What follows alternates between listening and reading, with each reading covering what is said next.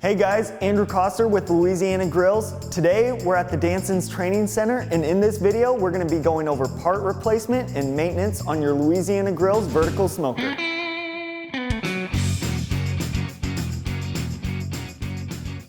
So in this video, we're going to go into replacing the igniter on your vertical smoker.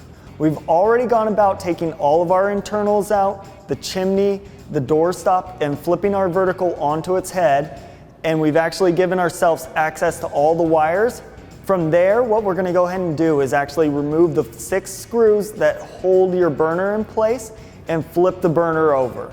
Once we flip the burner over, it'll give us access to the fire pot. So now we'll go ahead and remove our screws holding the fire pot in place.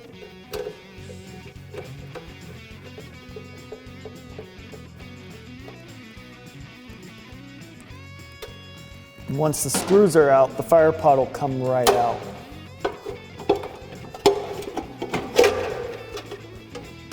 So now this is giving us access to our set screw, which we can just loosen.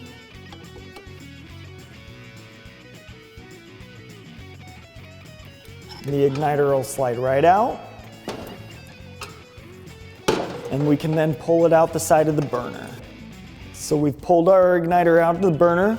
We're going to grab it by the base and actually pull it the remainder of the way. And then in order to disconnect it, we're just going to disconnect it from the purple and white wires. So now that we've removed our igniter, we can go about replacing it by doing everything in reverse.